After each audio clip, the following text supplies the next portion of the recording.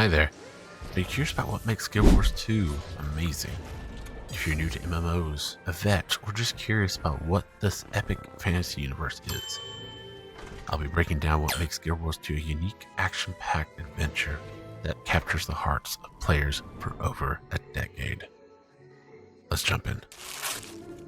Now, like any other MMO, we have plenty to choose from in terms of customization, that being the actual races.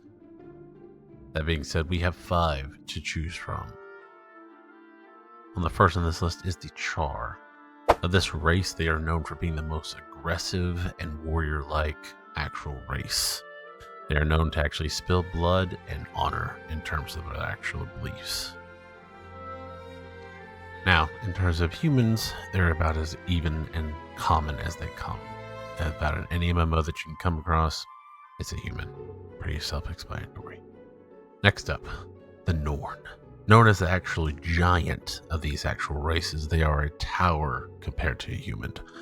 That is because they are normally in the Icelands area.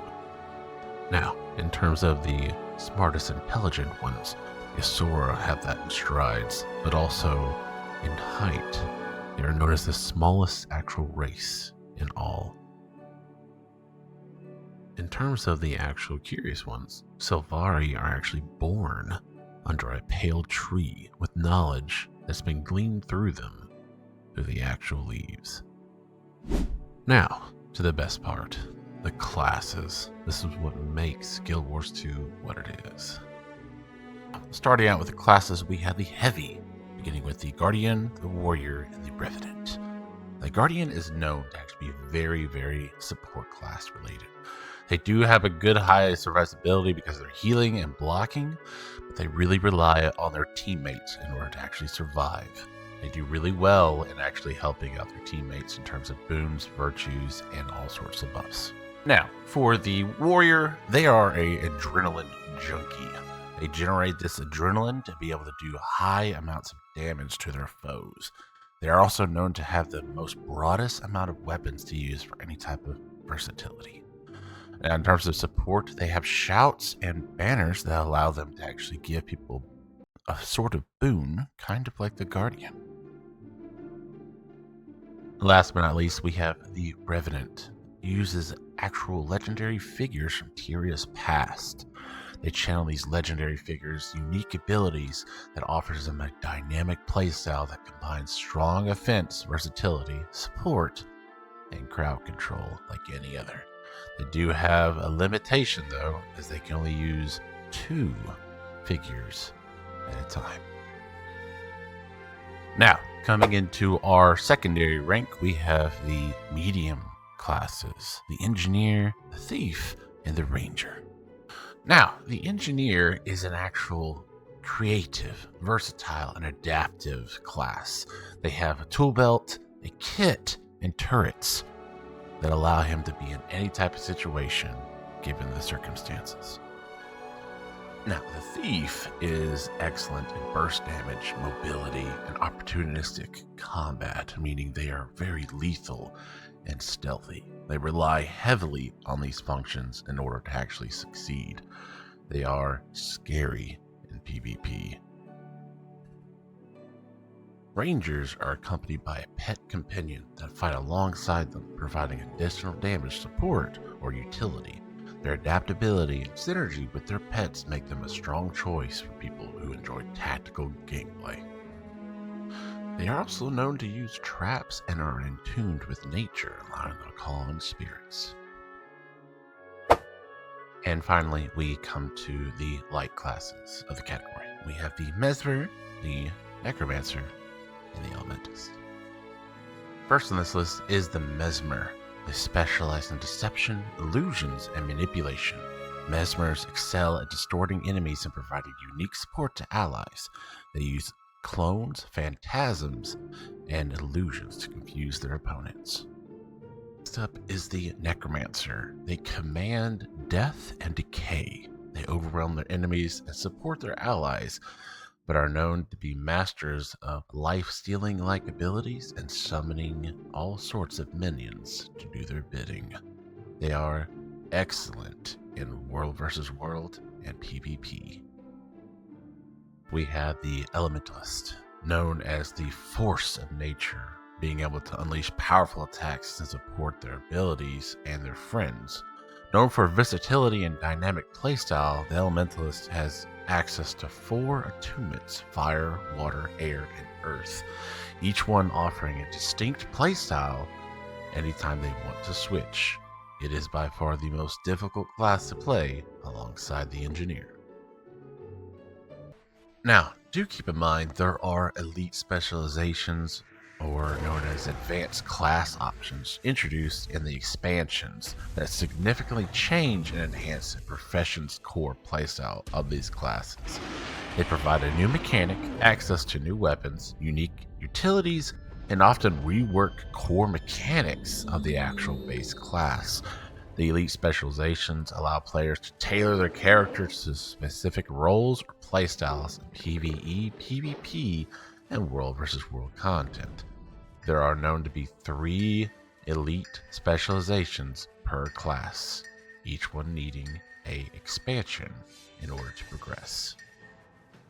Once you've actually finished making your character's name, you'll be given unique introductory cutscenes that reflect their cultures, backgrounds, and worldviews. These cutscenes are influenced by your choice that you've made while creating your character. The actual biography options during the character creation showcase personalized storytelling. Now, once you've gotten out of the character creation, you'll be seen with a new area. Depending on the race that you've chosen will depend on where you're starting. In this area, you'll be given certain opportunities to do certain quests, that being the main quest. The main quest will look just like this little green star here that you'll see. After you progress even further, you'll be able to continue on after the instances and pass the tutorial. Now, once you've actually finished the tutorial, you'll be given an amazing experience boost along with some items and a little bit of money. After that, you'll be able to explore all of Tyria to your heart's content. While exploring, you may come across certain areas with a heart shape on them. These are people that are just simply asking for help in order for you to actually get more XP. That can be random things such as picking up items, trash, killing mobs, or just simply talking to people. Depending on the situation itself, can also increase your XP. You will also come into contact with, obviously, other players. It is also encouraged to help out one another, as you will be sharing XP immensely.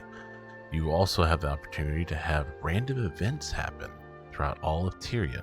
It could be from somebody talking to somebody completing a quest that had a heart on it, or just simply walking by them and seeing that there's a actual mission going on. These random events can also progress into something way more immense, ending into an actual boss sometimes, large enough to cause hundreds and hundreds of other players to jump in, all gaining just as much experience as the next. One of the other things to keep in mind is that in Guild Wars 2, it offers a very unique leveling system in terms of wherever you are. Obviously, you have to be a certain threshold in order to progress. However, if you are going back to the lower levels, you still being high to help out a fellow friend or another guild member, your actual level will be synced down in order for you to still have enough fun and content. This also includes any type of loot drops, experience, karma, any type of events that are going by. You will still get an adequate amount of XP, still making it worth your while to help somebody. Now, in Guild Wars 2, the combat itself in terms of abilities are a little bit more different than what you'd be probably used to. Normally in a class, you're going to have very distinct abilities that are going to be on your hotbar at a given time. Now, in Guild Wars 2, you're given 10 hotbars. And then those hotbars, you have 5 on the left and 5 on the right. The 5 on the left are your weapons, and the 5 on the right are your abilities.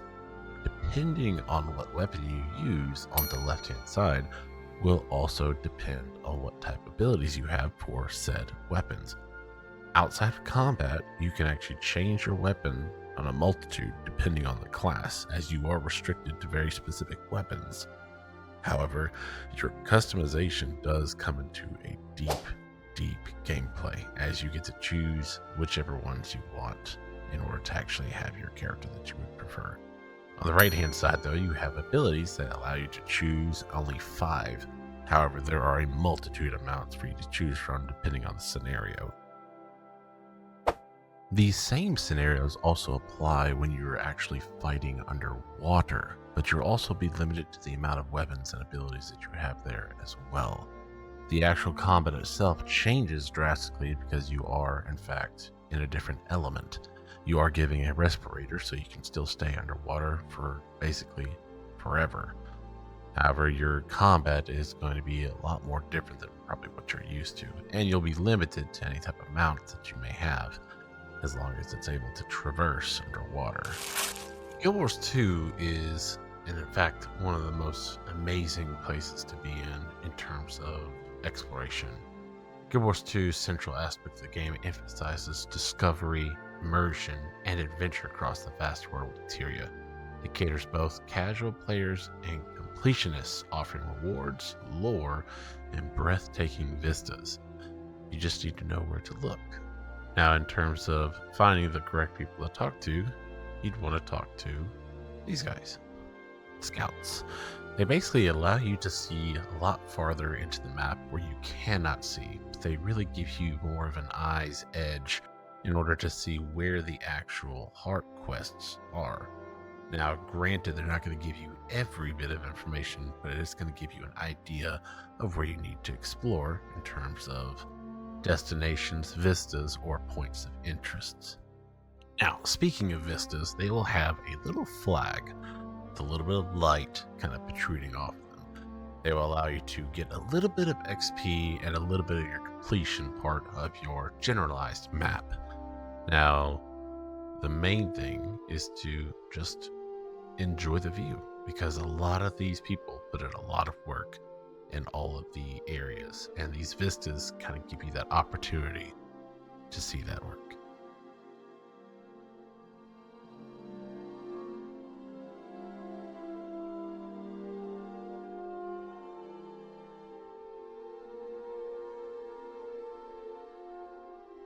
In your explorations, you will come across jumping puzzles in Guild Wars 2. There are unique challenges that make every player be able to basically improve their jumping skills. They must solve environmental puzzles and must be able to go in any direction that they possibly can think of in order to climb to the top. There are treasures, achievements, and a sense of accomplishment if you make it to the top. Now, while exploring, obviously you're going to not want to always be on foot. That's why they have mounts, and there's plenty of them to choose from. More times than not, you can get them from the stores, from completed quests, dungeons, fractals, raids, anything you think of. You will be getting some in terms of skins, different forms of mounts, whether they be flying, using in the water, gliding, jumping. These help out a lot in order to explore. Now, the PvP in Guild Wars 2, just like any other MMO, is still a structured team-based competitive mode where players basically fight on equal footing and are participating with their max level gear. These include game modes such as Conquest, Ranked, and Unranked, automated tournaments, and custom arenas. There's also World vs. World, which is massive open world PvP, where 3 servers or worlds battle for dominance across multiple maps over week-long matches. Players engage in large-scale skirmishes, capture objections, build siege weapons to conquer keeps, towers, and camps. Now, even though the name itself is in Guild Wars 2, it does offer a good bit of synergy in terms of PvE. Guild Wars 2 has all sorts of content for those dungeoneers or raids for people who enjoyed them, more of a challenge. Guild Wars 2 has raids, fractals, strikes, and much more things to give them an amazing experience with the rewards. Now, Raids are going to be large-scale 10-player instances with a challenging boss at the end, just like you'd see across any other MMO with a raid. Now, when it comes to fractals, fractals are a 5-player dungeon-like instance with a mix of puzzles, environmental challenges, and a mix of combat to kind of give you that little bit of edge. When it comes to the last point, we have strikes. Strikes are a 10-player encounter introducing in Path of Fire expansion. They give you a single boss fight designed to be more accessible than raids, providing an introduction to organized grouped content. Going into one of my favorite aspects of Guild Wars 2 is the crafting professions.